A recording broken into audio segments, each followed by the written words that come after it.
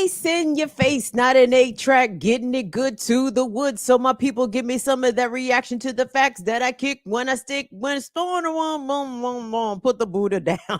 Go and get to the roots to giving it up. So turn me loose. Then again, I got a story that's harder than a hardcore cost or the Holocaust. I'm talking about the one still going on. I know where I'm from, not dumb dilly dumb from the base motherland, the place of the drum, invaded by the whack dilly whack. It fooled the blacks and left us faded. King and Chief probably had a big beef because of that. Now grit my teeth. So here's a song to the strong about the shape of a snake and the smell that went along with that. Can't trust it. What's going on, y'all? Oh, no, no, no. Can't trust it. Oh, no, no, no. What's going on, everybody? Tuesday edition of Burn It Down with Kim Brown. This is a space where we burn oppression into ashes, into embers, cinders, until it is unrecognizable, until we can blow it away with a strong gust of wind. So that way the land can be clear and we can build anew. It's possible. I totally believe it's possible. And God damn it, it very well may be necessary in these coming months and, dare I say, year and some change. I'd like to welcome everybody to the program. I'd like to thank you all for making the time to be here. It's Burn It Down with Kim Brown. We do this every Tuesday and Fridays here at 7 p.m. Eastern Time. Shout out to everyone that is tuned in. What's up, Fire Fam? All of our channel members, all of our patrons, all of our awesome folks that love and support and show up. Most importantly, show up. Sorry, not y'all don't shush. I'm sorry, I'm telling YouTube to shush for obvious reasons. Got a good show for you guys today, and I just want to bring some things to everybody's attention, right?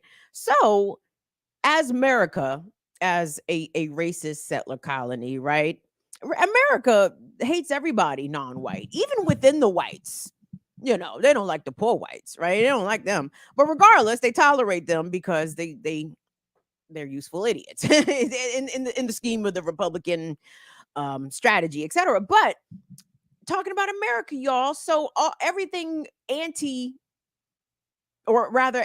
non-white, all the hatred, all the non-white hatred tends to flare up in cycles, right? So the anti-blackness is pretty consistent. Like that's a constant. that doesn't really flare up or down. It's just always there, you know what I mean, in the background noise.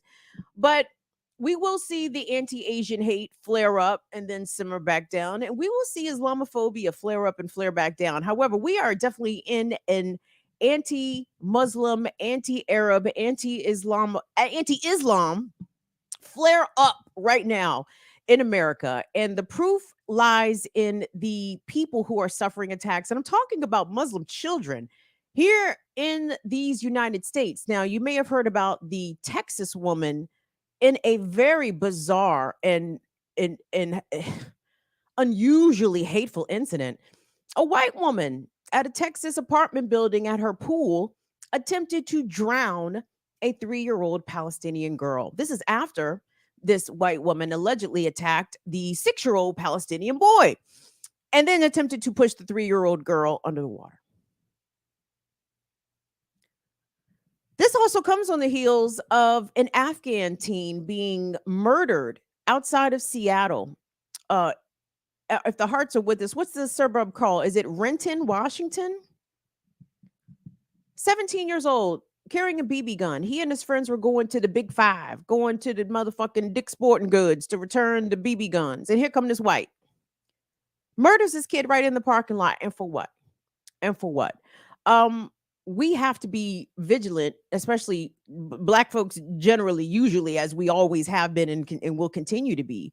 But sometimes, especially I think some of our immigrant families who may be non-Black themselves, think that if they come here and work hard, keep their heads down, take care of their families, do what they're supposed to do, that they themselves can be shielded or may be immune to racist violence.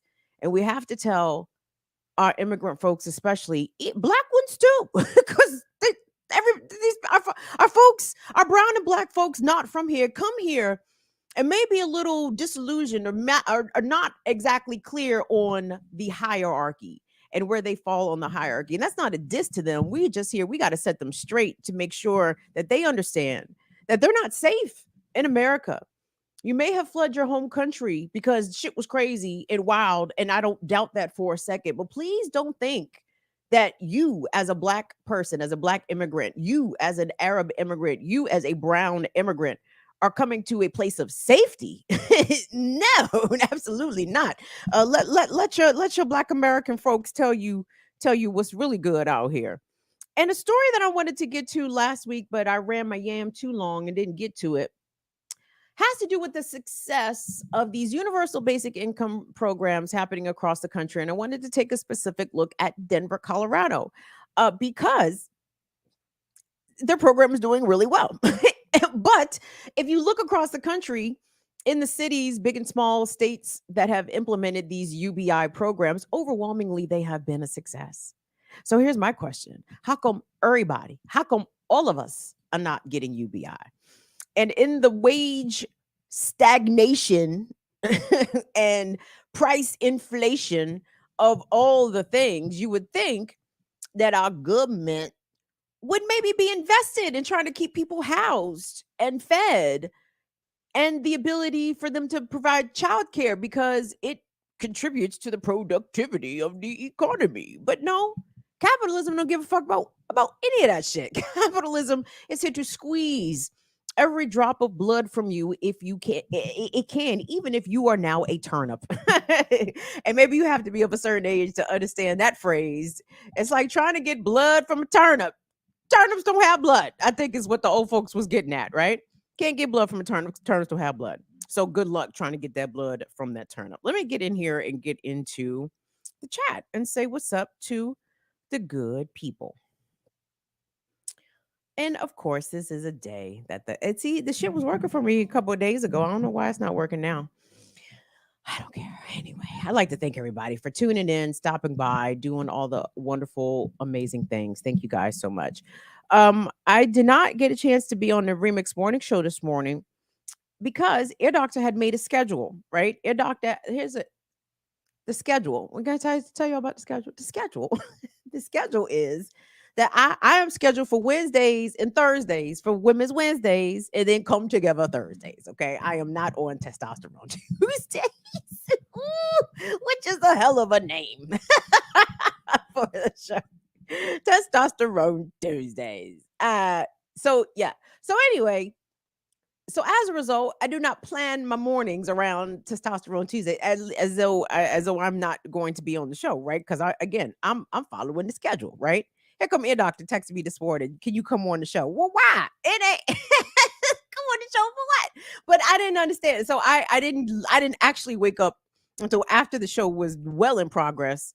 And even the baseline presentation of whatever it is that I do at 8:30 this morning, I was still very far away from that. So like, bro, I'm gonna need at least 30 minutes just to get baseline regular out here. There is no way. So I saw that they did end the show a little bit early. So I was like, my bad, dog. Like I wasn't trying to lead a brethren high and dry, but I'm saying though, I was following what everybody? The schedule. That is correct. So there is that. I'm trying to see if I can do a quick update to my YouTube app to see if I can hurry up and get on the goddamn app. Because again, YouTube be on some bullshit. And can I tell you guys another Big Brother overreach check that I have noticed that YouTube is doing? See, there's not even a YouTube app update. Son of a bitch. So now that when we have been uploading our clips to the channel to publish later clips, right? I'm beginning these notifications from the YT Studio app. It says all checks are cleared.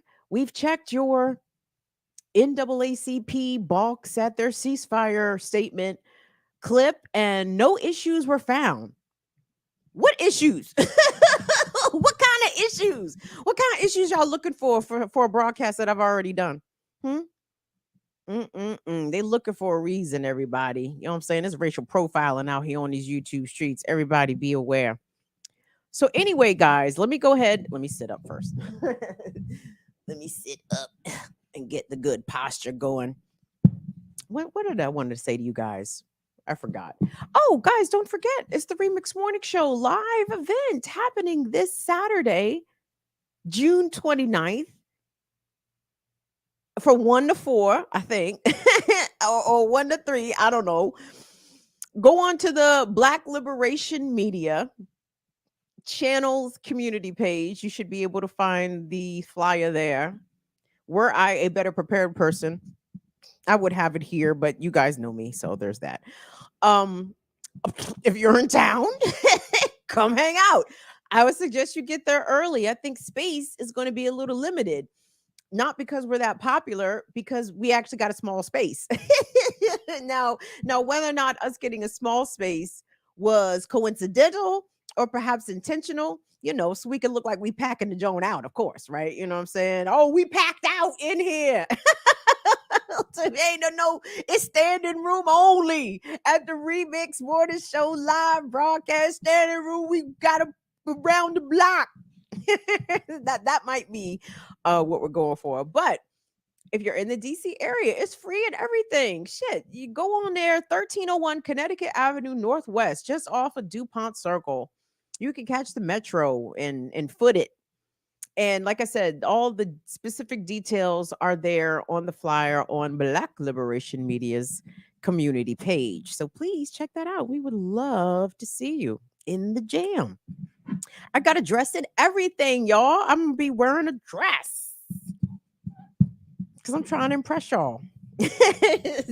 And I know y'all like, Kim, why don't you try to impress us all the rest of the time we see you? We're not talking about that right now. Y'all don't see, y'all worried about the wrong shit. I'm talking about when I see y'all in person, I'm gonna look nice. And y'all say, Kim, you should look nice for us all the time. I said, y'all worried about the wrong shit. And I'm here to bring you the news and shit. Y'all worried about this. Let me get to my doc. I'm very apologetic. I'm sorry. We'll be sure to highlight all of our good people's comments and their everything that they say and do. If they send money, put that up there. And star the shit, my nigga. I'm talking about new members and everything. Put them shits to the side. Yes, I got you. Is it gonna be live stream? You know that? I think so. It's my understanding the ear doctor is ear doctor be on his bully out here. And so did you watch the Black Radical conference that they did last year in Atlanta? No. Okay, so they did a live, but it wasn't like a BPM official thing. It was Kamal's thing. Community Movement Builders held a national Black Radical organizing conference, and I'm pretty sure. I mean, that was live. That was executed well. Fire Fam, when y'all say so. I am 89% certain that this thing is going to be broadcast. I'm pretty certain. I have confidence. I think. Is all of the advertised folk going to be in physical form, or are we getting a hologram / You mean it's all the members of the Wu-Tang going to be there except for Raekwon and motherfucking Jizza? all the best people, right? Meanwhile, here come you God and you God Inspector Jack. Don't never miss shows, nigga. Them niggas is always there. Is Meth gonna be at the show? Is that what you asking? Is Meth showing up with the Wu-Tang? Yeah, I was just just inquiring. They doing advertising. I did hit the follow button. On Black Liberation. Hit the unfollow button on the other. On the other channel. So Will, you was getting picked up on the algorithm is liking all that all that old channel shit. I said, look, here come fucking Will liking everything on the old channel. T.I. When did T.I. start running the channel? Whoo shit. I'm joking. But yeah, so I anticipate everybody's gonna be there. The Remix Morning Show, count everybody. Ear Doctor and Kamal is taking flights to get here, y'all. You know what I'm saying? Okay. Hey, that's what's up. Me, Jackie, Ricky, and Gerard is all local, so I absolutely expect all the local folks to be in the house. Yeah, but I say Lucretia. I think is it Lucretia in there too? Lucretia said she is not coming. Lucretia Okay, said that's it's going good. to take her longer to get down here than the damn event is going to be ongoing. And I said, understood. That She makes said not to be here for 10 minutes. Hell no. She said, y'all be all right. right. Put it on Zoom. Put that shit on Zoom. Lucretia says, send her the link. She will zoom in. So All yeah, right. no, All right, I'm going to go. My bad. Carry and on. it's free, Will. It's free 99, Will. You can just step up in the jam. I might pull up. And from what I understand, I mean, I'm assuming this is not federal property. Well, hold on. Let me rephrase. It's not, to my understanding, it's not federal property. Don't smoke on the inside, but on the outside, oh yeah, it's DC. Bring your blunts. Bring your cannabis. Blazing up. Oh, this motherfucker's burning it down. You got any more questions, Will? No, that was it. Okay. Thank you. Thanks to everybody. All right, you guys. Let me get to something a little serious here because I am quite perturbed at what the fuck is going on in America. It's Burn It Down with Kim Brown. We do this every Tuesday and Friday, 7 p.m. Eastern. Please like the video, subscribe to the channel, follow us places around the internet at BIDWKB. So America is a very racist country, founded on racism. Racism is enshrined in America's founding documents. CC the 3/5 compromise right there in the motherfucking Constitution. CC the 13th Amendment. Slavery is ended until or unless someone commits a crime, and then we can reimpose that slavery right back all over again. So America is steeped in deep anti-blackness, also anti-indigenous, deeply against the native people. After all, genocide was committed in this country in order for this country to exist. Oh, but the racism against everybody else flies, baby. Asian, oh, it's flying. Racism against Latinos, absolutely flying. And the racism against Muslims, okay, in particular, Arab presenting folks, it is a tale as old as time. And one of the worst moments I think in my broadcasting career happened on 9/11. And it wasn't because America was attacked. It wasn't because somebody, the Twin Towers fell. I was on the air live that night, everybody. And one of the most heartbreaking things that I've ever heard a listener call up and tell me still sticks with me, and I'll never forget this. It was a young hijabi girl who I remember had to been like a teen because she was telling me that she was school age, and I put her live on the radio. And if you guys are familiar with the medium of radio, you're never supposed to put people up live because you never know what they're going to say. The fear is that they'll curse or they'll say something crazy. I put her live on the fucking radio, put her ass up live on 93.9 WKYS. I put her ass up live. You need to tell us. Sister, we need to hear how you are being treated. In the day of 9/11 and in the days after 9/11, I got lots of calls from Muslim folks on the radio. You feel me? Not even on the talk radio, on the motherfucking hip hop and R&B station. People is calling me, telling me how their hijabs are being ripped off, how they're being called terrorists, they're being harassed, they're being attacked, being followed in the DC area. Okay. This is right here in DC. And I remember that hijabi sister called me from Northern Virginia. That shit always stuck with me. And it was a reminder, or at least my first conscious experience of Islamophobia in America and what people who follow Islam, especially women who wear hijab, even people who don't follow Islam, our Sikh brothers and sisters, the brothers who wear the turbans on their head, who were also attacked in the days and weeks after 9/11 because these dumb fucking crackers don't know Muslims from Sikhs, right?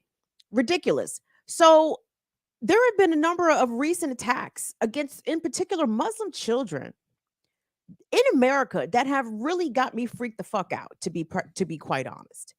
And this has all accelerated and intensified after October 7th, right? In this country. So you may have heard the story, and I want us to get right to it, Will. So if you could cue up that package coming out of Texas. Is it you hold on, let me pull up my doc. I believe this is in the Dallas metropolitan area, if I'm not mistaken. But this happened at a community pool at an apartment complex. And this is in Euless, Texas, Eulis, Texas, where a woman is now facing an attempted murder charge and an assault charge in connection to an attempted drowning of a 3-year-old at a public pool in which this white woman was allegedly drunk, allegedly using racial slurs, and then allegedly grabbed the 3-year-old, and attempted to hold her under the water. Will, if we could please take a look at the package and let me give content warnings for attempted murder of a child and intense racism. Just absolute fucking insanity, but shit that is par for the course in these United States. Well, let's take a look. The Council on American Islamic Relations wants 42-year-old Elizabeth Wolf charged with hate crimes after investigators say she made racially charged comments toward a woman and her children last month at a local pool. They say she then grabbed a 3-year-old girl and held her underwater. Fox 4's Amelia Jones has the latest on this investigation. Amelia. Paige, we spoke to a woman who witnessed this incident. She described to us how all of this unfolded. She told me the experience was terrifying, and she believes what she witnessed was a potential hate crime. It scares me. It really scares me. Emma Aziz takes her 7-year-old son to the apartment complex pool all the time. May 19th was no different, until Aziz heard another mother yell for help. And she was like, help me, she's killing my baby, she's killing my baby. That's when Aziz says she saw another woman pull the mother's 3-year-old daughter into the pool and force her head underwater. That was like 10 seconds, but it feels like forever. Aziz yelled to another man in the pool to help. She says that man pulled the girl away while another person called 911. It was crazy. Like, I was shaking, you know, my son, they were there. Everybody was like really, terrified. 42-year-old Elizabeth Wolf was initially arrested for public intoxication. Now she's charged with attempted capital murder and injury to a child. Euless police say this started when Wolf asked the mother where she was from and why she was speaking a different language to her children. Aziz says the mother was wearing a hijab when the incident happened. The police were called, and as they were taken away, the lady told them that she was going to kill her and her entire family. Mustafa Carroll with the Texas chapter of the Council of American Islamic Relations, or CAIR, believes this incident is a hate crime and it should be investigated as such. The Euless Police Department sent Fox 4 a statement that says in part, quote, it is believed to be an offense that was committed because of bias or prejudice. At a press conference on Saturday, Carroll read a statement from the family. He says they're still struggling with the trauma of what happened. We're American citizens originally from Palestine, and I don't know where to go to feel safe with my kids. My country is facing a war, and we're facing that hate here. Carroll says an incident like this impacts the entire Islamic community. Just like opening a scab on a wound, you know, it hurts every time it happens. Aziz is also an immigrant who came to the U.S. from West Africa. Like, I was giving my statement to the officer, I was weeping because it just dawned on me like this could happen to my child. And for that reason, she plans to be there for this mother. I just want her to know that, you know, she's not alone, you know, like people like us. If I see something like this, I'll stand up to it, you know. Wolf has since bonded out of jail. It's still unclear if she also lived at the apartment complex. The case is now in the hands of the Tarrant County DA's office. Paige, back to you. That is chilling. And I was like confused at like the smirky grin on Elizabeth Wolf's face, because like her face looked amazingly like uninjured. Like I was kind of confused because I can understand why the mother of the 3-year-old and the 6-year-old would not attack that woman. I don't see how everybody else at the pool didn't just stomp her the fuck out. Like, I don't see how nobody punched her in the face. Like, I am a little confused by that. Deeply confused. Because, we talk on this show about, do we or do we not intervene when we see violence happening, in particular against vulnerable folks, women, disabled people, children. Like, when we see these attacks happening in public where everybody can see, to what extent do you intervene, right? And I think with a drunk Karen trying to literally murder a child at a pool, oh, I think a lot of folks should have intervened. I think a lot of folks should have intervened. Yes, I understand she was drunk. Yes, I understand she was violent and screaming threats. What's that got to do with going upside her fucking head for attacking a vulnerable 3-year-old? To what defense does a 3-year-old have against any adult? None. None. But for the intervention of that good Samaritan, the man who was able to wrestle the 3-year-old away from that violent, murderous, rampaging white woman, God bless him. But I don't understand why nobody else jumped on fucking Elizabeth until the police came there. And I wanted to say something about the comment from the African sister who was interviewed for that package. What she said at the end kind of jarred me a little bit. When she said, she was giving her statement to the police and she was weeping because it was a very traumatic, absolutely understandably traumatic incident to witness. And she said it was in that moment that she realized that could happen to her child. And I said, madam, you should have known that it should not have been in that moment that you realized where you are. You know what I mean? I understand shit in Palestine, wild. Shit in Venezuela, fucking wild. Shit in Kenya at the moment, wild, right? But if you are non-white coming to America, if you are not Ukrainian, okay, like if you are non-European in any way, listen to what I'm saying. You should fully have an expectation of having at least one racist encounter with at least one white person. And listen, it may not exclusively be a white person. All kinds of people in America, we are all colonized and well indoctrinated into anti-everything. There's black folks that say anti-Muslim shit and anti-Asian shit. It drives me fucking crazy.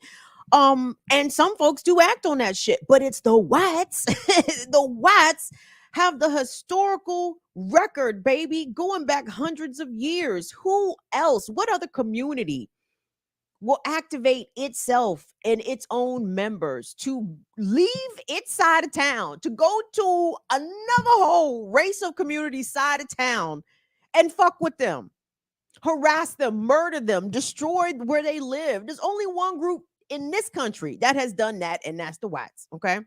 And what else about the whites? Because the whites have done a lot. The whites have done plenty. But for my African people, my Arab people, my Asian people, if you're an immigrant here, if you're a migrant here, no matter what you do to attempt to assimilate, there is no amount of assimilation that can shield you from white racist violence. It doesn't happen here. Okay. And I know even some of these migrant groups come here with anti-black attitudes already, right? We know what some of the African folks from the continent call Black Americans. Where my Nigerians at? Share with the class what akata means. Come share with the class what some Africans mean when they are using the phrase akata. To whom are they referring? To what do they mean, right? It's a derogatory descriptor of Black Americans, akata. My loose understanding of it, it means wild, uncivilized, unkempt, low class, right? Akata is what some of the Africans use to describe Black Americans, right? Even some of our Palestinian folks who come here. What's up to all my Detroit players? What's up, Dearborn? What do some of the Palestinians call the black folks in and around Metro Detroit? Is it Abid or is it Abed? What's the word? What's the pronunciation? Abed? It means slave? Yeah. Oh, yeah. Oh, yes, indeed, buddy. Oh, all that anti-blackness comes in, but haha, really is the jokes is on y'all. Because what these African migrants don't understand, some of them, the ones that look down on Black Americans, and what some of these Arab migrants don't understand, those that look down on Black Americans, is that in America, we're all niggas. Do y'all get this? I don't care. I don't care what your family own. I don't care about your business. I don't care about your level of education. I don't care how much of an accent you have or do not have. To the racist whites of America, non-white is nigga. Now take your pick. You want sand nigga? What kind of nigga you want to be? You a nigga, and you need to understand that. Now that don't mean you cannot rise above what the racists have put upon, the low expectations of racism. No, that's not what I'm saying at all. I'm saying recognize how the dominant group views you. Okay. They don't care that you're hardworking. They don't care what your family did to get here. They don't give a fuck about any of that. They see you in your hijab. They hear you speaking that foreign language, and they get hostile. Okay. And they don't view your children as children. Okay. Look at how Black American children are treated, children that have been born, raised here, generations. They are treated as though their lives do not matter. They are treated as though they are older than what they are. They are treated as though they are more violent and sexually promiscuous simply because they are Black. They don't have any humanity or value placed upon their lives by the dominant group that holds the power. Okay. Your children are viewed the same way. It's shocking. I know. It can be. And it because it's abhorrent and it's inhumane. And nobody should ever be accustomed to that. However, we do have to live in reality. Okay. And the reality is a violent, racist white is not above murdering your non-white child. Okay. And I am so appreciative that in that instance that happened in Texas, everybody survived. But we need to make sure that that white lady gets put under the jail. And what county is that? Did I hear Tarrant County? I don't know where the women's detention facilities are in Tarrant County, but if we could get a message to maybe one of the sisters or one of the women that is, locked down right now in Tarrant County. Well, Elizabeth Wolf has bonded out. But should she make another appearance, you guys should go say hi to her. Check on her, see how she's doing. Make sure that, she receives the accommodations deserving of a person that would attempt to drown a 3-year-old baby. Period. I don't give a fuck if it's the pool, the ocean, the goddamn bathtub. Anyone. You try to drown a 3-year-old, you got some bad shit coming to you on a karmic level and hopefully on a very material level. And I'm not even talking about the criminal justice system. Shout out to the Council of American Islamic Relations there in Texas. I'm a big fan of CARE and the work that CARE does.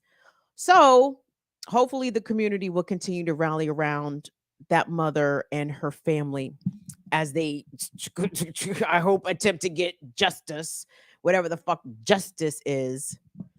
I don't know if I see justice for this woman going to jail, but we'll see. But there was another story coming out of Seattle. And again, all of these stories kind of happened within recent weeks.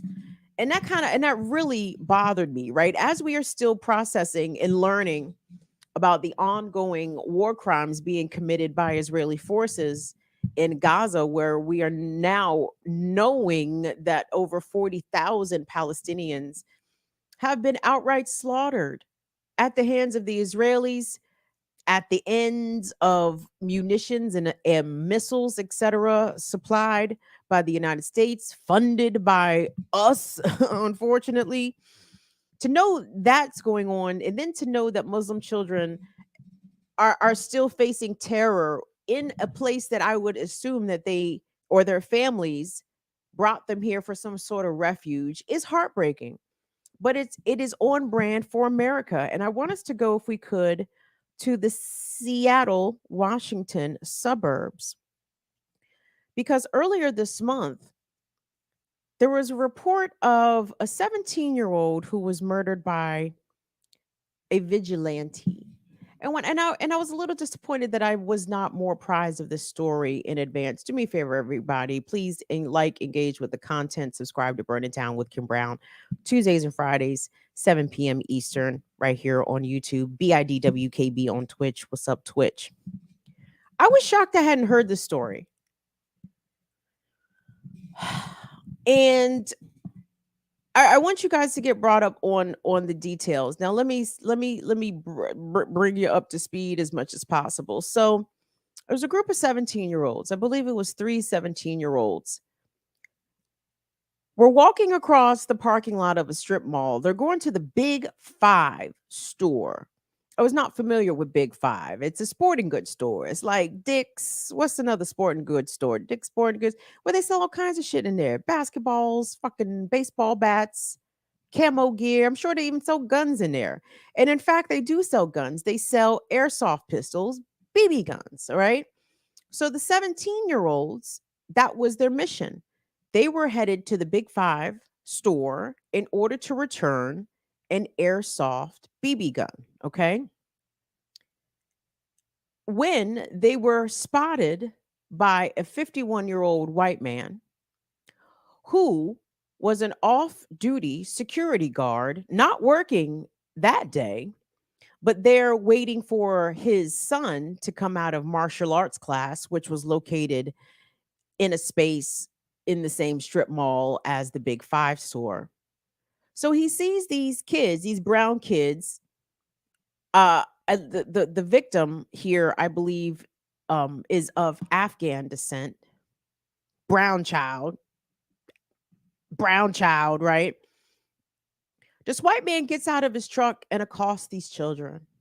He pulls a loaded gun on them. He starts to demand that they drop their weapons and show me your hands. Why did he do all this? He thought that they was walking across the parking lot to go rob the Big 5 store. So here come this fucking good guy with a gun. This dumb motherfucker gets out his goddamn truck, terrorizes and accosts these children. One of the kids throws the airsoft pistol on the ground or something to that effect and tries to take off running away. Why is he running away? Because there's some fucking psycho with a loaded gun pointed at him. And as the child is running away, this man shoots this boy 6 times in the back. He kills him, shoots him dead in the parking lot. And for what? And for what? Because he was brown. Anyway, Como News out of Seattle has the details. Will, let's take a look. That's right. They say it is for a reason. In these court papers, charging documents, prosecutors say this is not the first time that suspect mistakenly accused someone of committing a crime. And in this most recent case, they say it led to the death of a teenager. In these newly released court papers, authorities paint 51-year-old Aaron Myers as an overzealous, paranoid security guard. This is not just prosecutors believing that this is a murder case. This is the police who investigated who referred it as a murder case. Bolstering that allegation, stunning new details in these court papers, with Myers allegedly shooting the teenage victim 6 times in the back. All of it when he accused that boy and his friends of trying to commit armed robbery.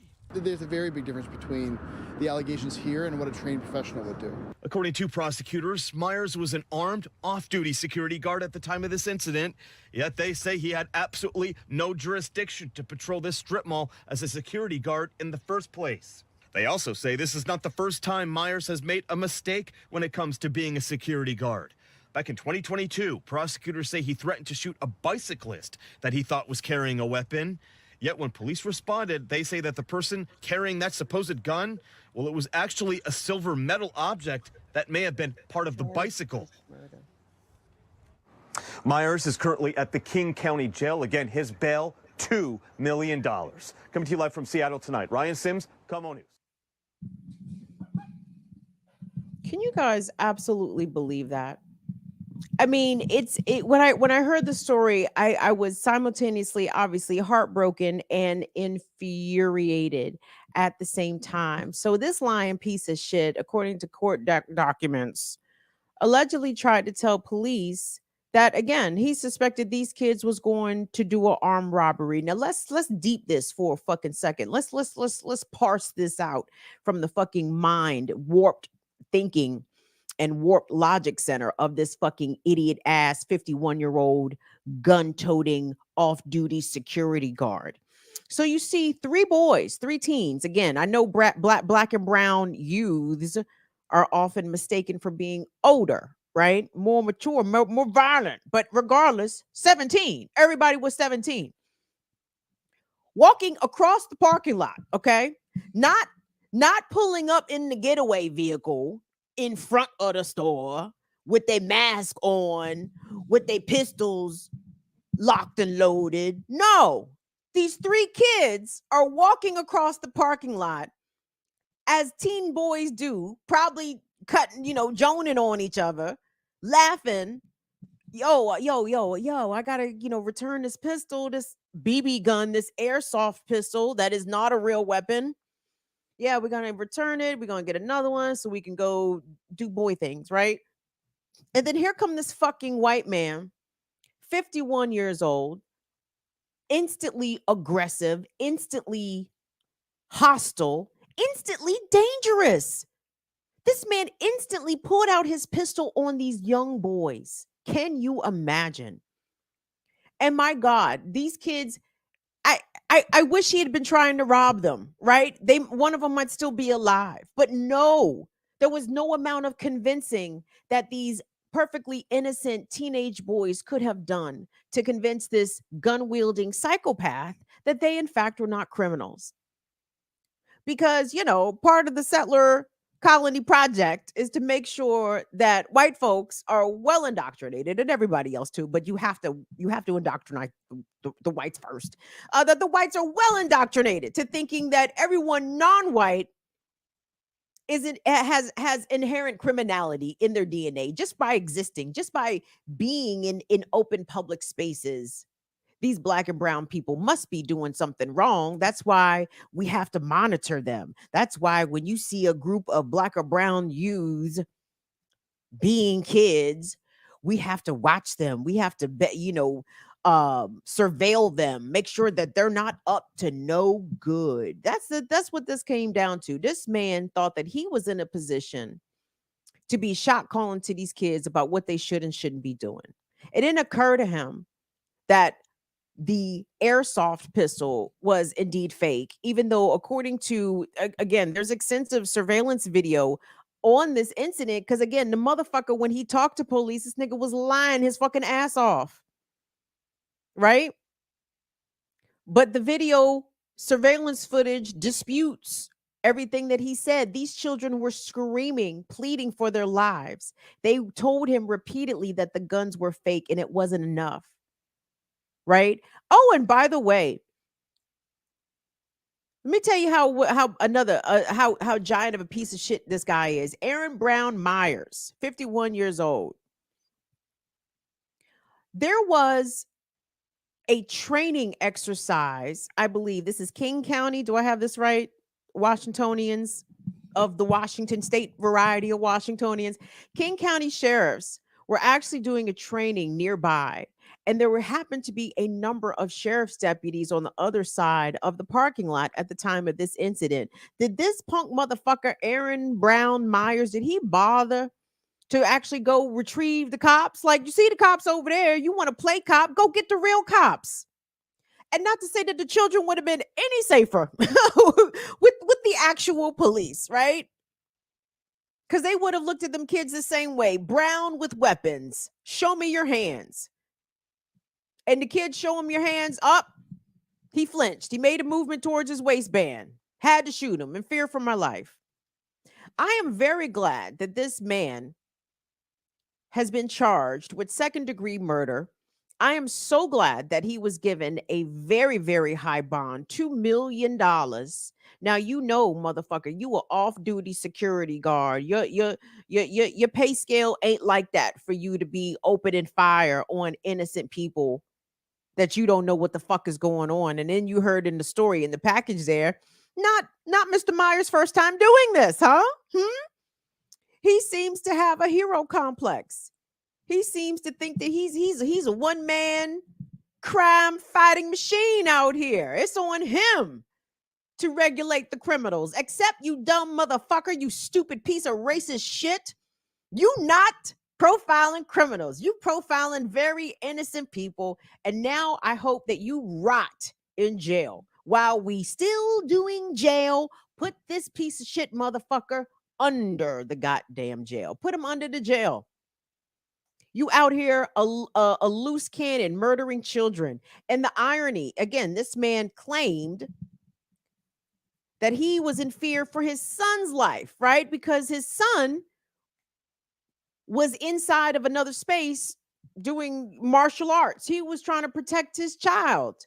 Oh, how you going to protect your child now with a $2 million bond facing second-degree murder charges, you stupid shit? Rot in jail. Another one who attacked Muslim kids, Palestinian kids.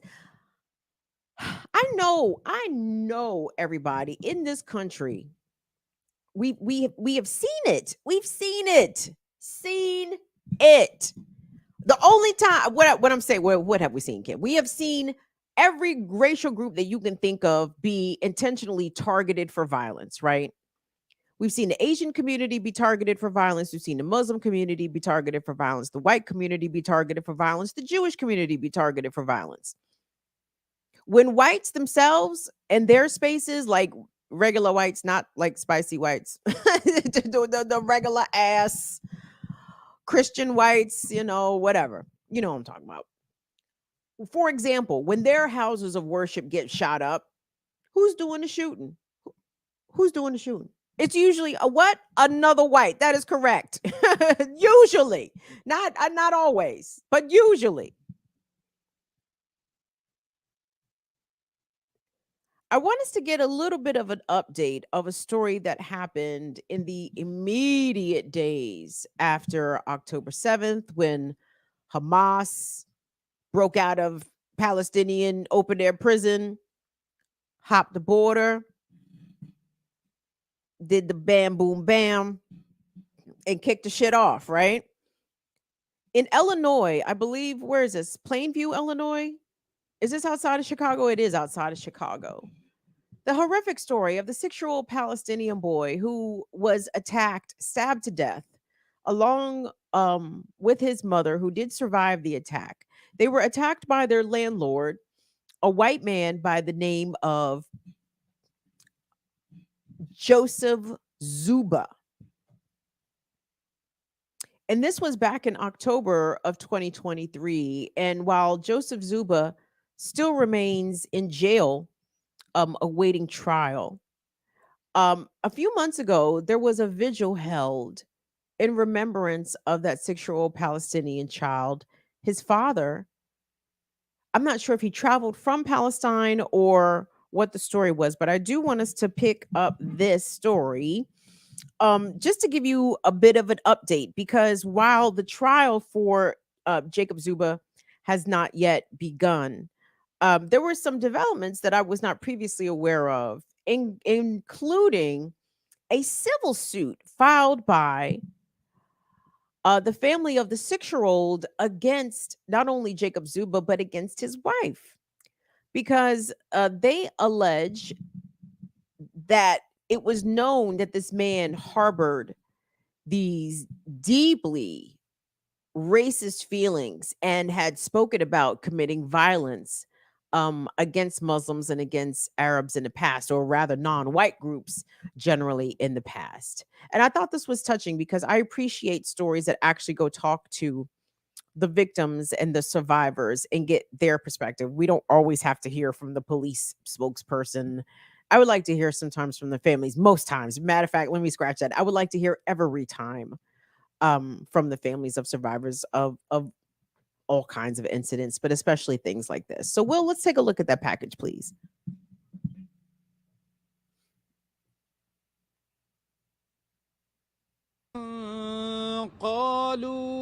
A moment of solidarity for the family of Wadia Al-Fayoumi, the 6-year-old boy who was stabbed to death while his mother was seriously hurt in an alleged hate crime by their landlord in Plainfield back in October. Today, the boy's father, Odeh Al-Fayoumi, joined by local faith leaders and loved ones before a pretrial hearing for the suspect, Joseph Zuba. The father speaking in Arabic about how thankful he is for the support.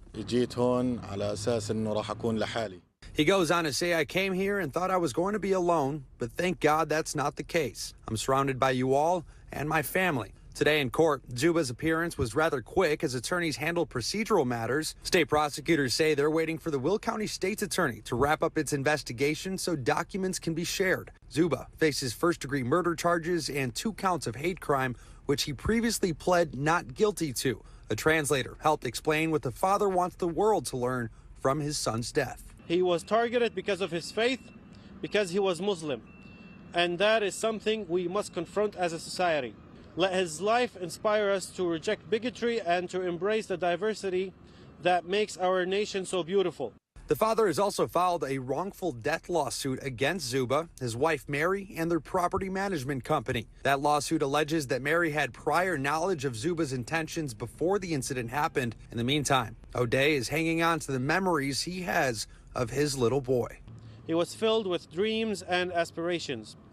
He loved basketball, soccer, and Legos. He carried the bright light of hope wherever he went and was always smiling. So now Zuba remains in jail until his next court appearance, which is set for March 7th. And you know, I was not easily finding updates on where this trial is headed, right? Like, I would think this is of intense public interest that a child killer and, you know, the status of their next court appearance would be easily available. I didn't find it that easy. So again, that package was from, I believe, February of this year. And Jacob Zuba still remains in custody, charged with first-degree murder and attempted murder. And I hate to say this, guys, but I anticipate that we are going to have to brace ourselves for more of this, right? There's going to be more of this where even vulnerable folks, especially vulnerable folks, you're going to see kids not being given the deference of being children, right? Where 6-year-olds can be targeted for a stabbing by a grown ass fucking man, or a 3-year-old can be targeted for an attempted drowning by a very grown ass woman. And in these instances, kids, now this is where I ask us all. I'm talking about even the disabled among us. Okay, like I'm throwing myself in here because, you know, me versus a murderous man or a violent, unruly man, absent a weapon, and I mean a good one, absent a weapon at the reach, I may have to decline on an intervention. But a drunk Karen attacking a toddler, oh, I think Karen can get that. I just need somebody to aim me up. Which direction am I going? 2:00? Okay. Is she at 2:00? I'm gonna head in the 2:00 direction. And I'm gonna do her like Lisa and Bart Simpson. I'm just gonna keep swinging until one of these. I don't swing my fist by that. No, hold on. Let me set up because y'all gonna think that's how I actually swing my side. Y'all gonna think that's how I actually throw my hands. That is not how I throw my hands, baby. We keep the stances. You feel me? And I'm ambidextrous, so I can lead with the right or with the left. You know what I'm saying? And do my good opposition of my feet. You know what I'm saying? We could throw feet. You know what I'm saying? Just point me in what direction. Where is she standing? Is she at 10:00 or 2:00? Just tell me where to go. You know, like motherfucking E40. Tell me when to go. Let's get it. No, we gotta jump on fucking people jumping on kids, everybody, in public. Period. That's it. That is it. That's it. Wait till the cops get there. Tell your story. You ain't going to jail for shit. You put your body in defense of a defenseless child. Do that. Absolutely fucking do that. In the case of the 6-year-old who was attacked and stabbed in his home with his mom, I don't know what you can do about that. That man had access to their home. I'm not sure if there was anything anybody could do to protect or defend them in that instance. And unfortunately, guys, not everybody is going to be able to be protected and defended depending on the circumstance. But in that incident in Texas, oh, Jesus Christ, even the one in the one in Texas, out of these 3 that I presented, the one in Texas is the only one that I see safe, quote unquote, safe, maybe to intervene. The situation that happened there outside of Seattle with that fucking unhinged, armed asshole terrorizing and eventually murdering a 17-year-old. I don't know what you could do about that either. Anybody with a gun, decline. You're gonna have to decline. You can't. You can't. And I don't subscribe to that good guy with a gun bullshit. There has been so few instances in which that scenario has played out in the fantasy way that pro-gun advocates depict it, right? Oh, well, we need a good guy with a gun to take down the criminals. That shit don't fucking happen that way. Okay. So all that good guy with a gun rhetoric did that shit. That shit usually doesn't work. And if you think that you that person, you better be extremely well trained. I mean, super duper trained. I'm talking about you got thousands of hours of range training on a variety of different weapons and calibers, et cetera, et cetera. Don't be pulling that shit.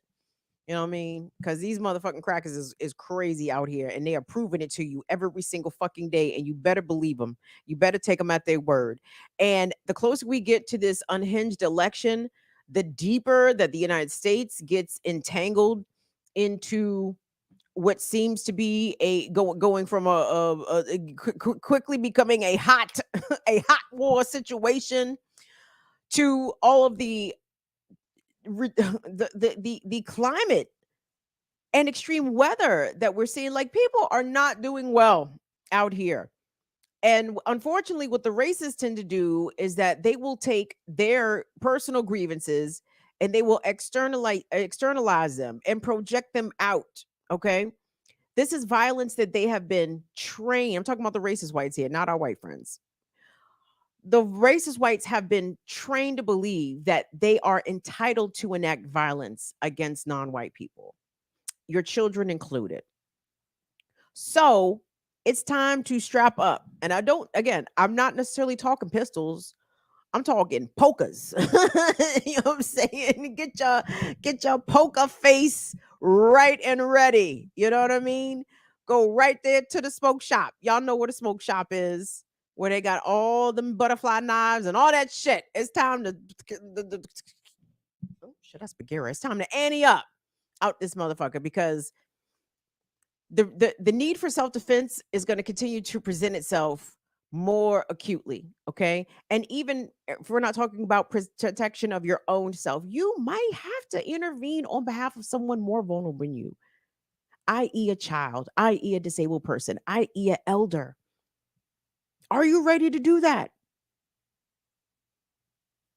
And I know some of y'all be like, I shouldn't be doing that. No, you shouldn't. but the problem is somebody has to.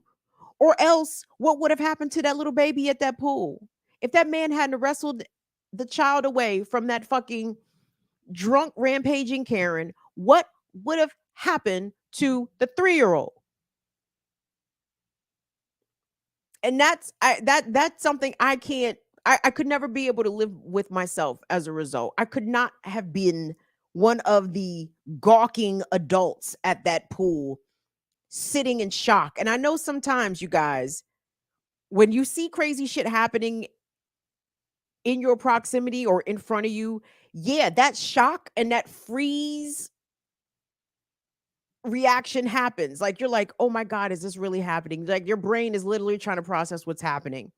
But the problem is, the person being attacked don't have time for your brain to catch up. Okay, it's time for action. Sweet action. It's time for action. action. Are you ready to spring into action? You ready to be about some action? Think about that. Think about that. And in the interim, get you a poker just in case. Let me take a break. God damn it. Why y'all be letting me run my yam for all this time? All this time, I've been sleeping with you. You've been sleeping with me. And you've been stroking them and loving them and kissing them and hugging them. Shout out to the God, Gerald Levert. Ooh, I should give y'all some Gerald tomorrow. I'm not sure what I'm doing for my Kim Switch turn up on tomorrow, everybody. Shout out to everyone that's watching us on Twitch, BIDWKB on Twitch. Wednesdays, I've attempted some consistency at this Kim Switch turn up where I get to play the music that I like, whatever it is that you like. Yes, I get to play whatever it is that I like. And for June, it's been Black Music Month, and I have had quite the time playing y'all some of my favorite Negro jams. Love it, love it, love it. So I've had a couple of ideas. So this Wednesday is the last Wednesday in June. And I'm like, ooh, we should turn up Black Music Month with a bang. How should I go out? And I'm not sure. I'm not quite sure. I don't want to do samples. I already did the samples. What else did I do? I did like a little Black Power mix. What else did I do? We did a Stevie playlist. Ooh wee! That joint was nice.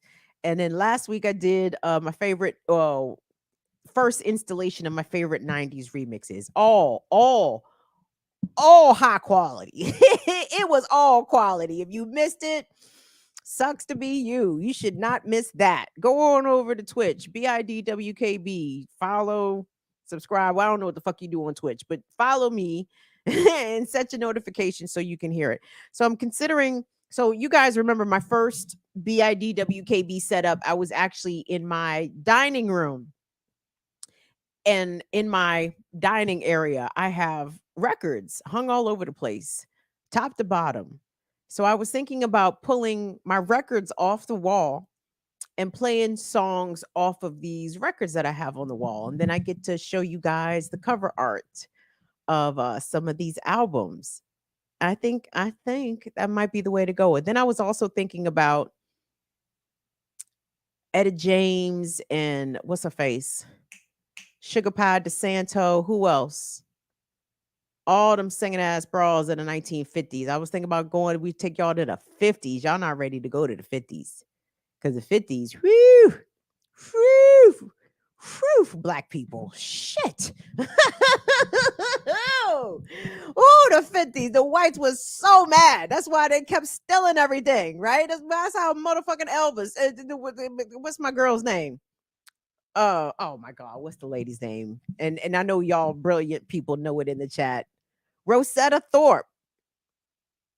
Yes, did Ain't Nothing But a Hound Dog. Killed it. Played the guitar, sang it and everything. And then here come who? Elvis. Hating, biting ass. Oh, the 50s. Oh, the whites were so disgusted with the blacks just doing amazing things musically. They said, we're going to steal all this shit. We taking all of this. So anyway, regardless, I don't know what direction we going in on the Twitch turn up on tomorrow, but set your notifications so you could be in the jam. Shout out to Rosalba. Shout out to Alicia. Big up to Miss J Free. Big up to Learn Life. Who else was up in there? Shout out to Northern Witch. Who else was up in there? Courtney, was you in there? I don't know who else was in there. Shout out to Latif. I think Latif was in there. Vesper X, you need to come through the Kim Switch turn up. We are missing. You need to be in here, Vesper, because I think you'd like it. I think you'd appreciate it. So anyway, where am I going? Is this thing going to let me in the chat? Of course not. Of course not. Don't be ridiculous. So anyway, guys, let me sit back up. Well, you don't have to pull it up now. Could you have Ricky's fundraiser at the ready after to go at the end of the show? Please and thank you. Thank you so much. Thank you so much. So Do me a favor, everybody. Like the video, subscribe to the channel. Spread it down with Kim Brown. We are super close to 5,500 subscribers, all courtesy of you guys being the loyal Fire Fam. By the way, guys, my love language is loyalty. It's not money. Money is cool. I do like money. Money. Who doesn't like money? No, no, no. My love language is loyalty. And I appreciate the loyalty that you guys have been showing here for years now. So thank you all so much for that. And the problem is when it comes to loyalty, an unwise man from Virginia did wisely say these hoes ain't loyal. Doesn't know a broken clock is right twice a day. But we have all of this investment in our government, in our democracy. And we have to uphold democracy because Trump is going to single-handedly take away democracy. Meanwhile, Genocide Joe is overseeing a whole genocide from the White House, Democrat as fuck. Also, overseeing a climate crisis, also overseeing a border crisis, also overseeing buku crises. Okay, including that of unsustainable capitalism in the United States. The average working person cannot afford to be housed, fed, clothed, gasolina in the automobile, right? Or have money available for transportation in order to get back and forth to work, have enough money for healthcare, have enough money for childcare, right? The American dream is in fact a nightmare, and more people, I don't think, are just waking up to this, but I think they are now at a point where they are comfortable saying it aloud, okay? Because people are working hard out here and yet they're still struggling. People are working 2 and 3 jobs and still facing eviction. It's madness. So, in a number of cities around the country, I'm thinking of Sacramento, I'm actually thinking of Washington, D.C. I know they did it in Baltimore. I know they've done it a bunch of places. The universal basic income is being rolled out in oftentimes in sort of like a trial basis, right? They're going to try this experiment of usually giving families somewhere between $500 and $1,000 cash every month. It's usually a limited number of folks, maybe a couple of hundred, maybe in the low thousands. And the trick is this differs from social services or from government assistance in the way that we are accustomed to seeing it, in the way of, Section 8 or SNAP or something like that.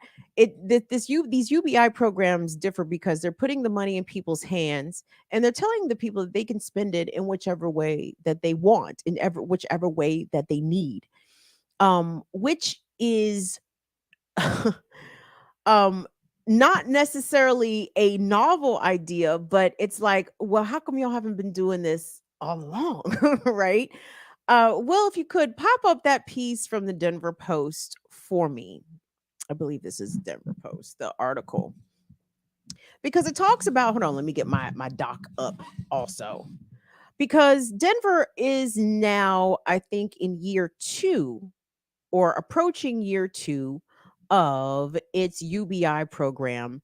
And they broke it down into a number of categories, the ways in which the people got the money. Now, some folks got $1,000 a month right in their hand every month for, I think, 6 or so months, something like that. Then other folks were given cash payments up front, $6,500 directly in their hands, right?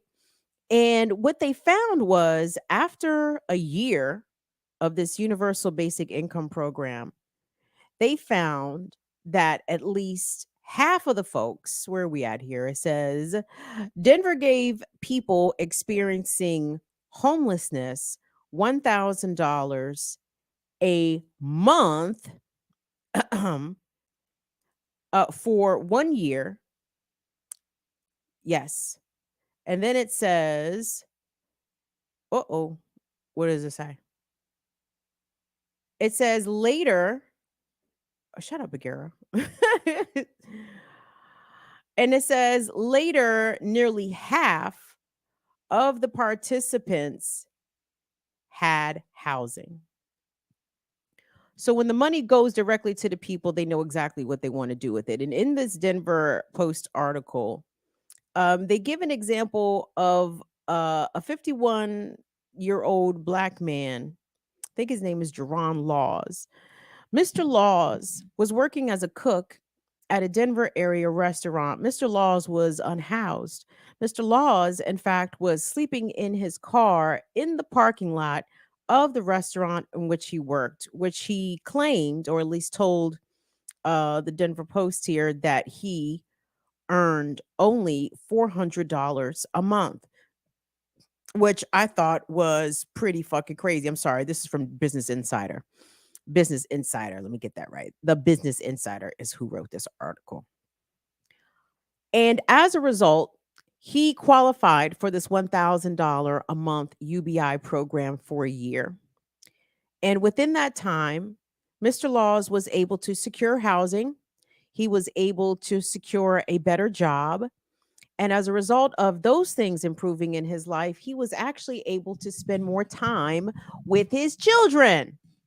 He actually was able to afford a place in which his children could come visit him, right? We know, and I know you guys know how tough I be on deadbeat parents, but it's like, yo, if the parent, the non-custodial parent, if they cannot spend time with the child literally because of poverty, that is really a thing.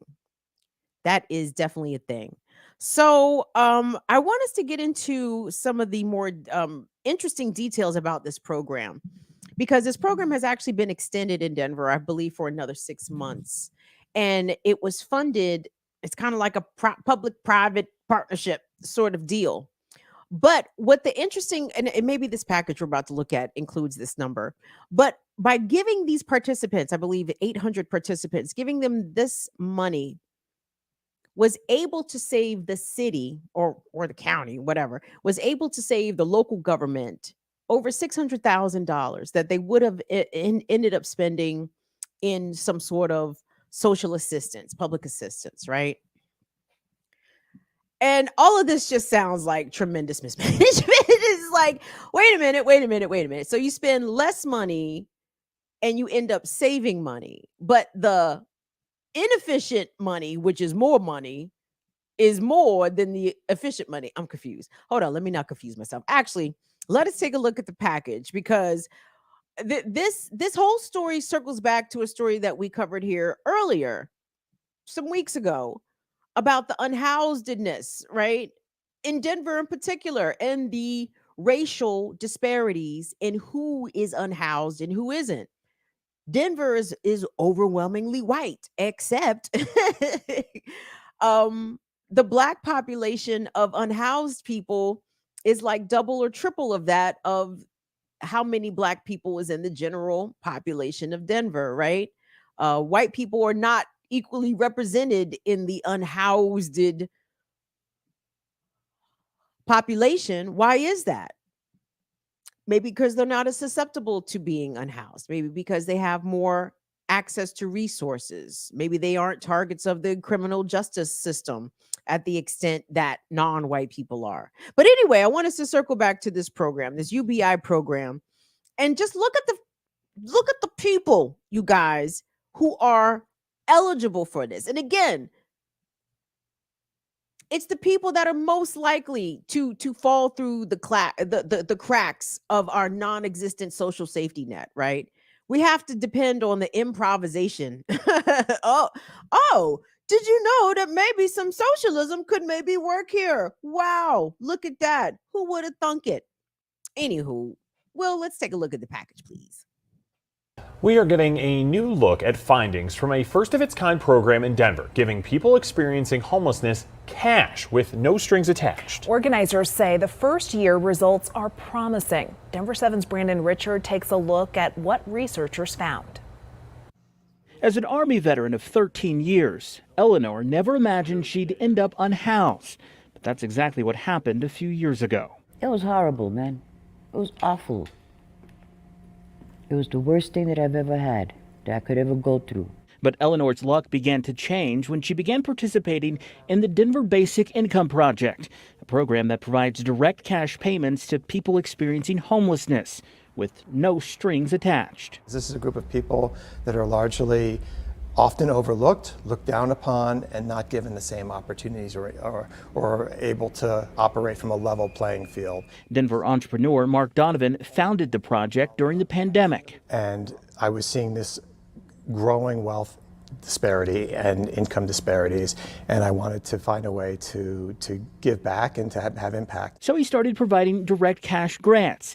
He then teamed up with the DU Center for Housing and Homelessness Research and got foundations and other groups to step up to help expand the program. We took about a year and a half or more to organize and figure out how to do this really well. Here's how the program works. Participants are divided into 3 groups. The first 2 groups get monthly cash payments. Both of those groups get $12,000 across the year. And then we have what's called an active comparison group, which received a lower amount, $50. This week, the Denver Basic Income Project published the results from its first year. After 10 months, participants in all 3 groups reported being better off financially, were able to pay bills and buy food. And about 45% said they had their own house or apartment, including Eleanor. And now I have a little apartment for me and my license and my 20-year-old cat. They showed that when you start from a place of trust and you say to people, we believe in you, we trust you, and then you give them some cash unconditionally, that they accelerate towards housing, towards work. And Mark says he hopes that this project will not only continue here in Denver, but expand, and he's hoping to see more projects like this across the country. In Denver, Brandon Richard, Denver 7. Now, researchers say participants also experienced fewer ER visits and hospital and jail stays, and that saved taxpayers about $590,000. Mark says the results speak for themselves. Going in depth, the city of Boulder is testing a similar program. It launched its guaranteed income pilot project called Elevate Boulder in October. The goal is to provide 200 people with $500 a month for 2 years. It's being funded by the American Rescue Plan Act and Community Foundation of Boulder County. Payments began in January and run through the beginning of 2026.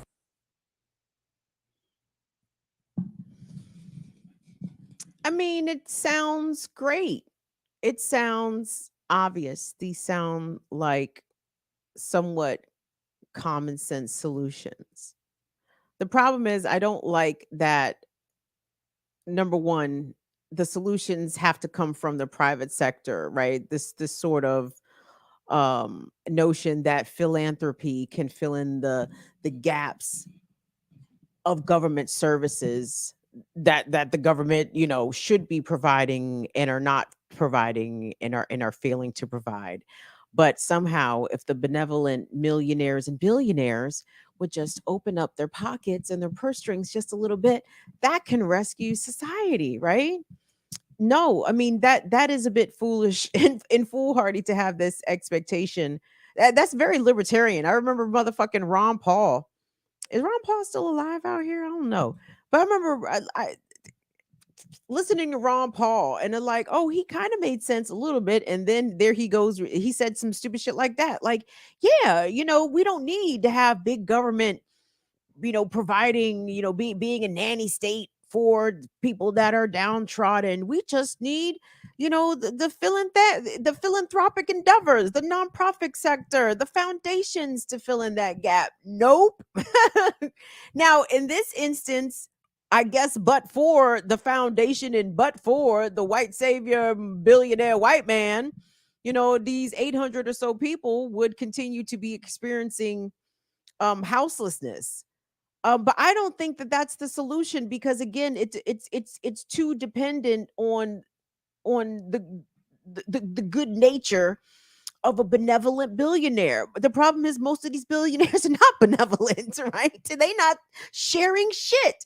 And by the way, I'm sure that wealthy white man, whatever the fuck he took out of his pocket to help these unhoused Denverites to get housing, that shit was pocket change. That's he pulled that out of the he pulled that $9.5 million out of his change collector in his Bentley. Like, are you kidding me? That ain't shit. We need to be grabbing way more of his money and redistributing that shit, okay? But the one thing that I was not encouraged, because I didn't doubt it for a second, but I took away from the results of this program is that obviously people took the money and they instantly applied it to the things that they needed. In that Business Insider piece, they interviewed a woman who was a single mother who I believe was employed, but she was involved in a bad car accident. She couldn't work, right? She lost her housing. She and her children had to move in with a friend.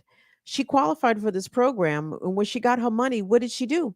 She went and got her car fixed, right? She went and got her car fixed. She could get back and forth to work. She had a child with special needs. The child needed to get back and forth to services, right? But had she have been waiting on Social Security office or the motherfucking Denver Office of Family and Children Services, she'd have been fucking waiting for her car to get fixed and still would have been in the same situation or been in a worse situation rather. So here's my question, guys. I mean, I want to know, how come we all can't get UBI? Like, how come we all cannot get universal basic income? Because that wealthy white man was talking about, $12,000 a year. Obviously, you cannot live off of $12,000 a year. However, if you are working a low wage job where I can't call it a salary, where your yearly wages, because salary to me implies salary and benefits. To me, them things go together, right? But if you're working an hourly job and your yearly earnings are $25,000 to $35,000, good luck. Good luck maintaining a place over your head. Good luck staying fed. Good luck maintaining your vehicle if you are fortunate to have one. That I'm sure you only rely on to get you to and from work, right? So you can pay the fucking rent. You can't survive off that. But if someone is willing to supplement you $12,000, well, that little bit of money can actually be quite the game changer, right? That can literally be a sigh of relief. That can be the difference between you scraping this month's rent together and bills together versus being able to pay them comfortably without the stress of being worried about coming up short. But what I was going to say was, I appreciate what, again, they revealed. This program and its results reveal that people will use the money in the ways that they see fit and in the ways that will directly benefit their situation. And it's no strings attached. In a lot of these conservative states, right? Is it Georgia? I'm probably sure it's not just Georgia. I know it's Georgia and, right? But let's start in Georgia. But these states that are putting these conditions, these drug screenings, these employment conditions on people receiving public assistance, like all of those things are onerous. All of those things are intentional. They are there to set people up for failure. I don't care if a person receiving Section 8 or receiving food stamps or receiving any sort of public benefits, if they test dirty for weed, so the fuck what? Even if they test dirty for pills. I don't know what they test dirty for. But my point is, that should not disqualify anybody from receiving public assistance, because in the end, who does that benefit? Better asked, who does it harm? It's going to harm the whole of society.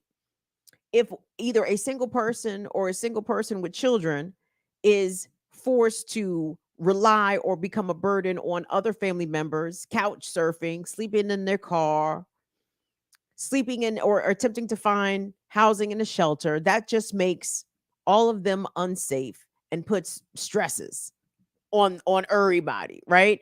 So the fact that these programs, these UBI programs, these no strings attached programs are showing such success in the face of all of these what's the word I'm looking for? These conservative austerity policies trying to put these different restrictions on people receiving assistance. Those things contrast and contradict each other very obviously. But the difference is that these UBI programs, some of them are publicly funded and some of them are privately funded in this way. So what happens when the benevolent white man, wealthy white man, what happens when he stops being benevolent? Then what? then what? Then this successful program goes away because there's no private money for it. Okay, well, how come we can't reallocate some of these public monies? Let's see. Where can we from what public sector could we take money away and reallocate towards where people actually, maybe from the police department? Yeah, let's take away 25%, 50%. I'm being nice. Let's take away 25% of the fucking police department budget in Denver, Colorado, and reallocate those monies to a program similar to this. You heard it in the package, everybody. People that were part of this program made fewer ER visits. They did not go to jail as often. The society saw a net benefit, right? From actually helping people, not trying to criminalize them or incarcerate them. Isn't that amazing? Isn't that amazing how that works? So, really, everybody's playing in our face. All these governments, all these mayors, all these governors, these presidents and presidential hopefuls, all playing in our face. Time for some law and order crackdown. Got to crack down on the law and order? Absolutely not. People need that money reallocated away from law enforcement, away from the American military industrial complex, away from it all. We'll cue up the white man. I'm going to leave y'all with this white man. Not the benevolent millionaire white man, not the white savior. No, no, no. This white man himself needs saving. Okay. I will confess, I have become a bit of a TikTok addict. I have not, I think Molly has posted a couple clips of the show on TikTok. I have not like made a TikTok myself. I'm waiting like double Dutch. You know what I'm saying? You can't just jump into the double Dutch. You gotta, you gotta wait.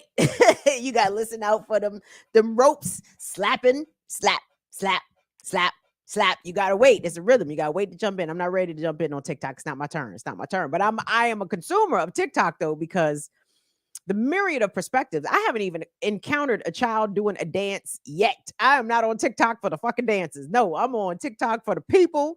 There's a lot going on fucking TikTok. But I came across this, dare I say, sympathetic white man. I actually felt bad for this motherfucker.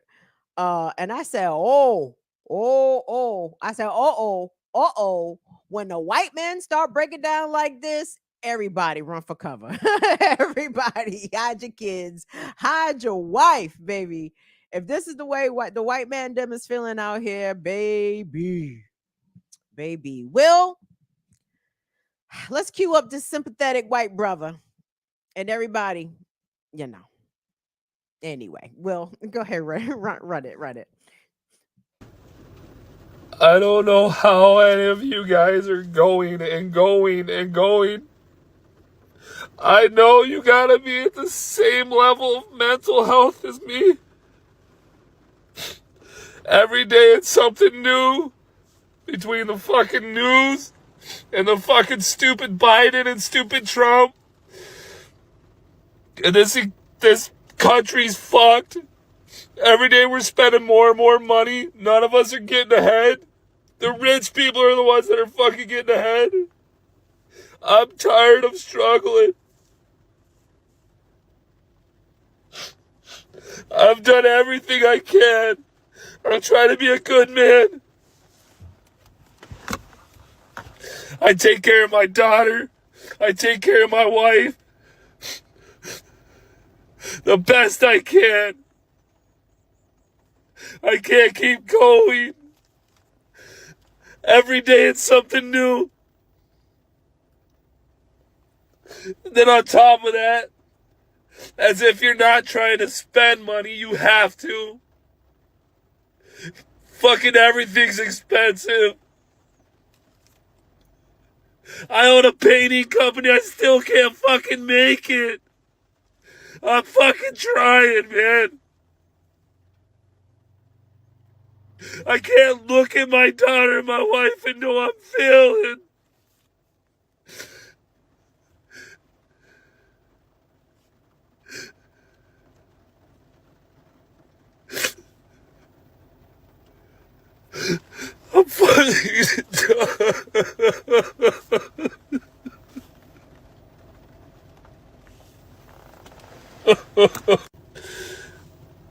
Everybody wake up.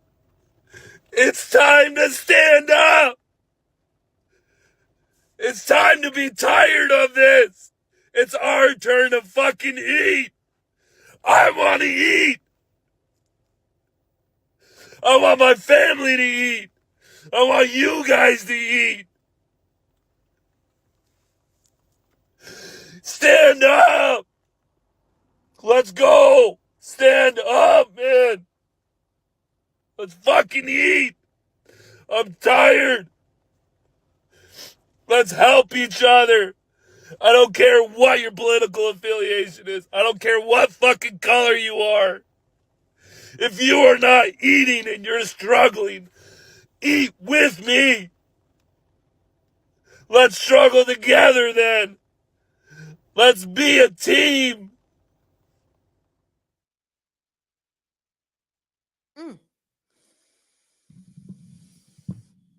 I think he's trying to say eat the rich, right? He said, let's eat the rich. Let's eat together. Let's eat.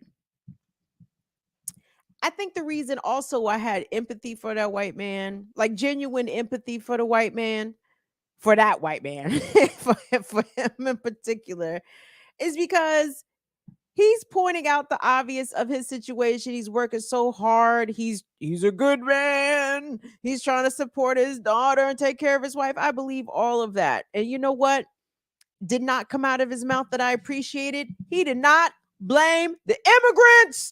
He did not say that he can't get ahead because the southern border is being invaded. Like, he didn't hit us with that shit. That's the reason I was able actually to have some consideration for, you know, him emoting in such a way on TikTok, because he wasn't coming at it with some I'm the aggrieved, belabored, you know, the white man. If it wasn't for these goddamn Mexican, like, he did these goddamn black people. He no.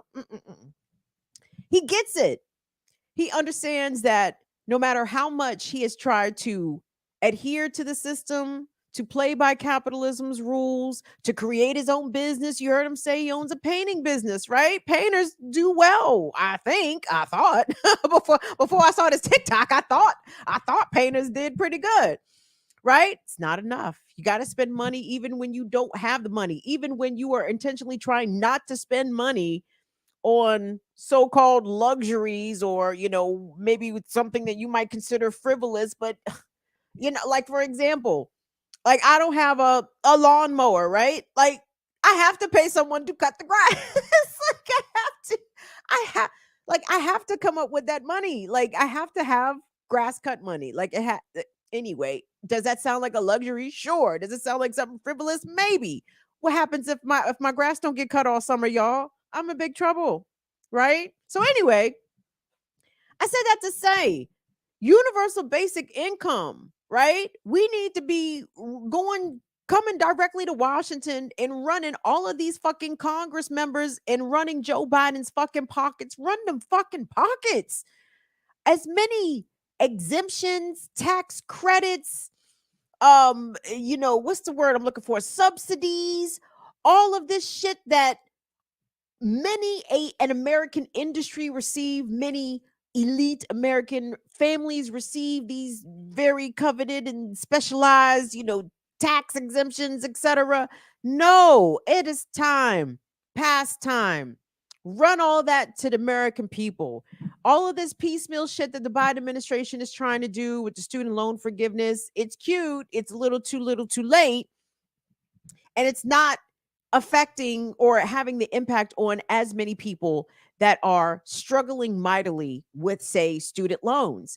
But even fuck a student loan, what about the cost of living, baby? What about the cost of living out here? The average rent for a one-bedroom apartment in DC and in this area, I believe, is $2,200 a month. Where are our people in smaller town America? That shit ain't cuter. Where's my girl Nat A? Nat A, you in Tennessee? You in Tennessee out here? I think the one bedrooms in Nashville is like $1,600. The fuck? What are we talking about? This unsustainable, everybody. And when you have a cisgender, heterosexual, married, business owning white man on social media screaming that he wants to eat, and he's not blaming blacks and browns, and he is genuinely putting out a call for everybody to, quote, stand up. I feel like we're on the precipice, y'all. These people, we can actually push folks in our direction, right?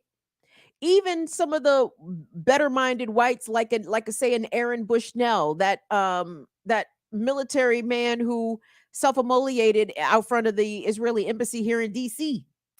Like one of our Black liberation media comrades said, you know, if we could have got to him and got him on our side before he did such an extreme thing. Like, I feel as though these middle of the road whites, these moderate whites, these, you know, I'm just going to keep my head down and work as hard as I can and feed my family and pay my taxes and obey the law and all that shit. That shit ain't working for you no more, baby.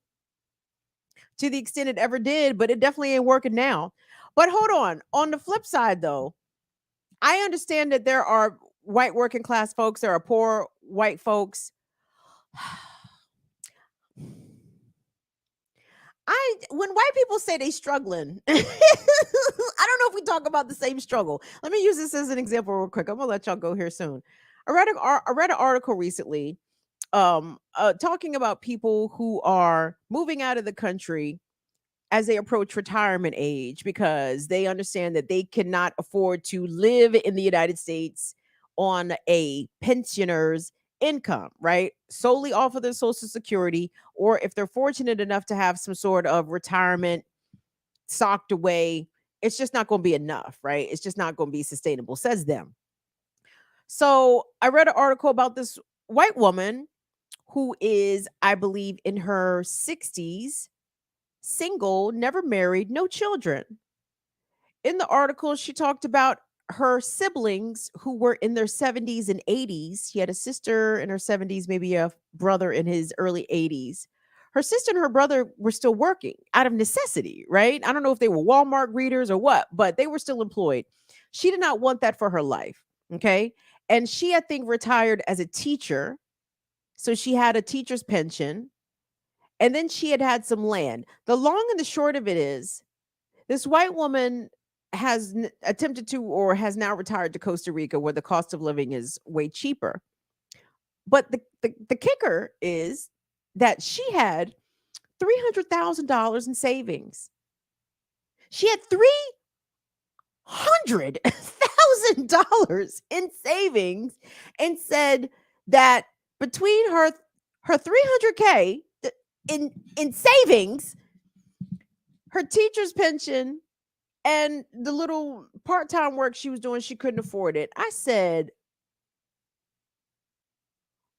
white people just define struggle way different.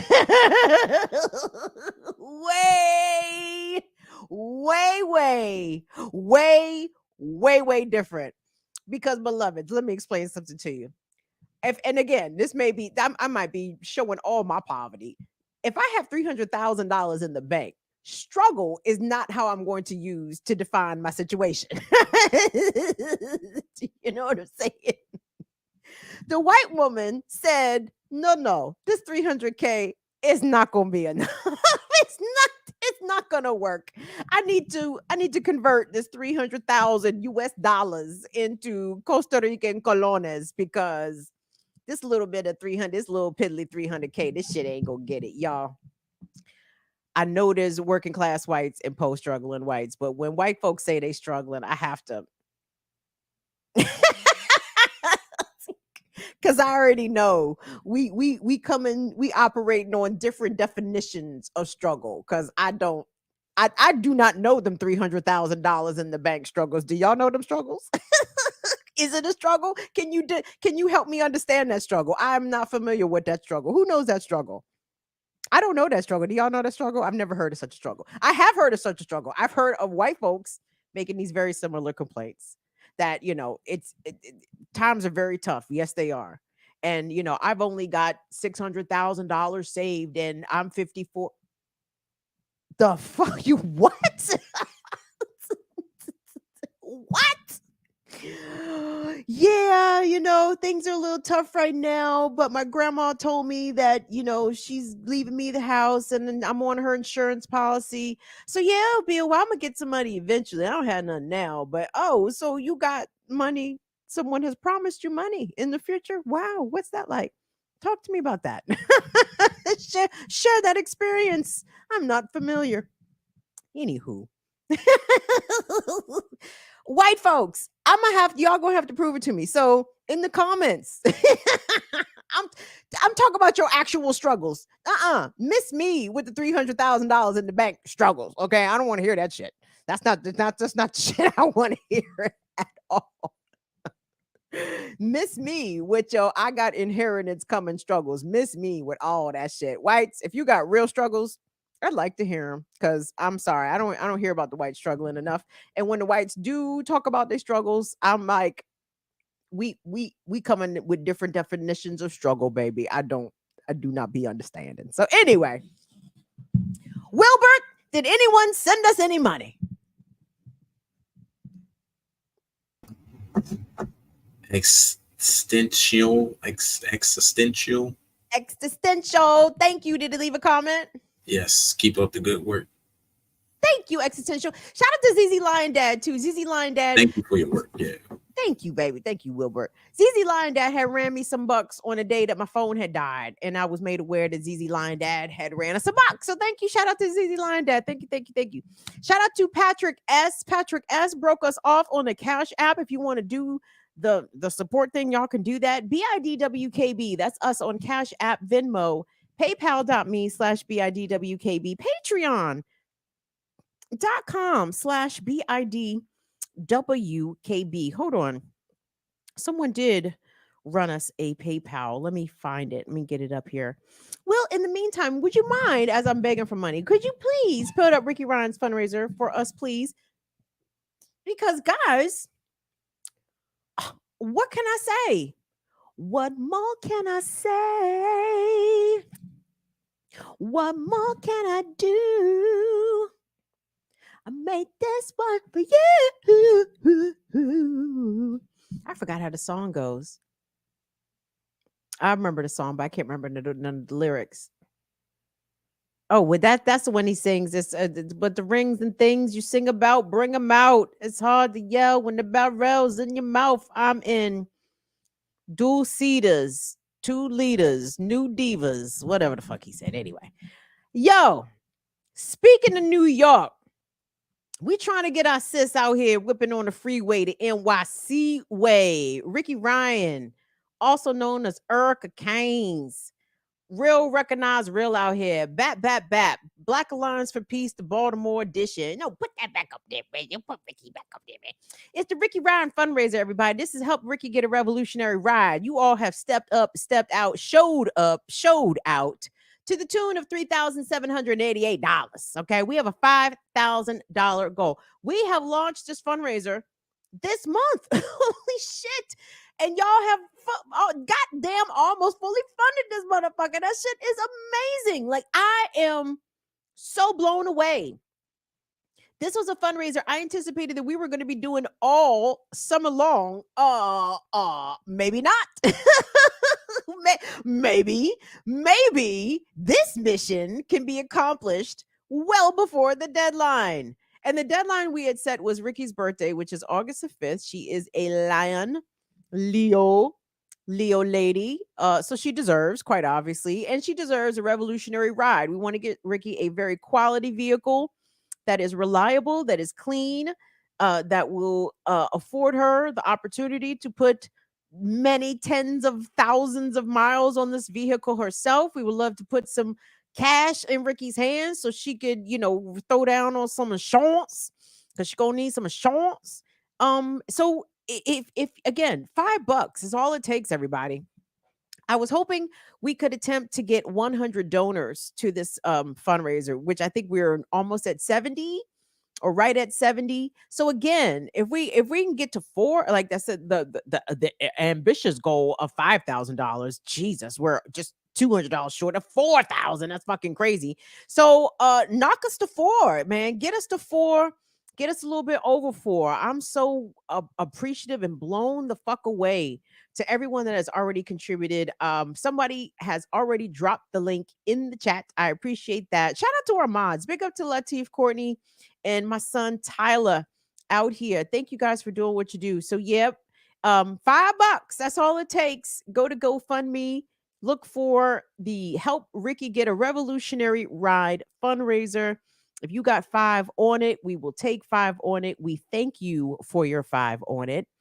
And we're gonna get Ricky. Oh shit, someone just sent me some money. We're gonna get Ricky whipping out here real quick. Thank you to whoever sent the channel some money. Who is this? This is Imani. Imani. Thank you. Thank you for that, Mani. Thank you for that, Imani. Very kind, very generous. Thank you so much for that. Hey, y'all all right out here. So anyway, guys, we're gonna get Ricky whipping on the freeway, the NYC way, on the Selly with her homeboy Lance. She gonna pass hash from left to right. Only got 5 bucks left to light. Upset tonight. Go to visit the Versace store. Said she sucking till I ain't got no more. Only in LA. Love the bitches in LA. All right, let me calm down. Biggie was so nasty in that song, dog. Rub it on your tummy. It's yummy. The fuck your man. Calm down, dog. You running with Diddy too much. You was going to too many Diddy freak offs. Chris Wallace, calm down. Anyway. Thank you guys for that. Thank you for supporting the fundraiser. We're going to get Ricky whipping out here real soon. Thank you all so much. And listen, gang, that's it. Will, someone just became a channel member. Who was it?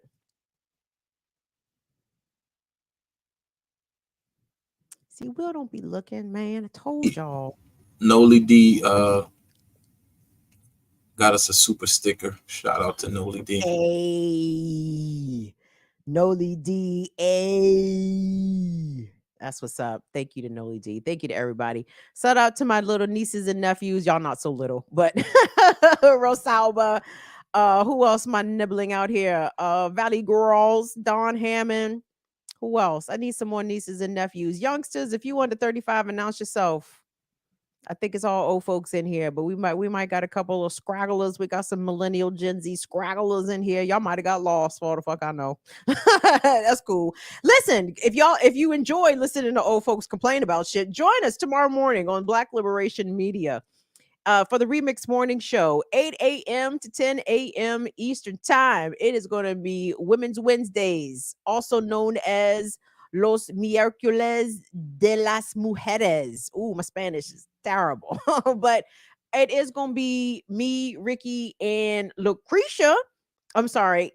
Lucretia's new name is LJ. So call her LJ. So LJ and Ricky and myself should be there along with the ear doctor. So join us for Women's Wednesdays. Should be a good time had by all. So yeah. And I'll see y'all back here for Burn It Down with Kim Brown Friday. But tomorrow evening on Twitch is Kim's Twitch Turn Up. Last Kim's Twitch Turn Up of Black Music Month. I think we're going to do the wall. We're going to pull the records off the wall. And I'm going to show you guys my wonderful album art that I have gracing my walls, and we're gonna play some songs off of these albums. I got some great fucking albums. Oh, guys, you guys know I got some heat. I got some heaters on the wall, baby. We might even play a couple white folks music too, but no, fuck that. It's black music. But I will play y'all. I might even play y'all Incubus song or two, because Incubus is 3/5 non-black. You guys should know that. my favorite rock band is 3/5 non-black. I mean, non-white. Goddamn. I'm all confused. Good night, y'all. I'm out of here. Thank you to Will and Molly. We'll see y'all back here Friday. Peace, peace, peace, peace, peace.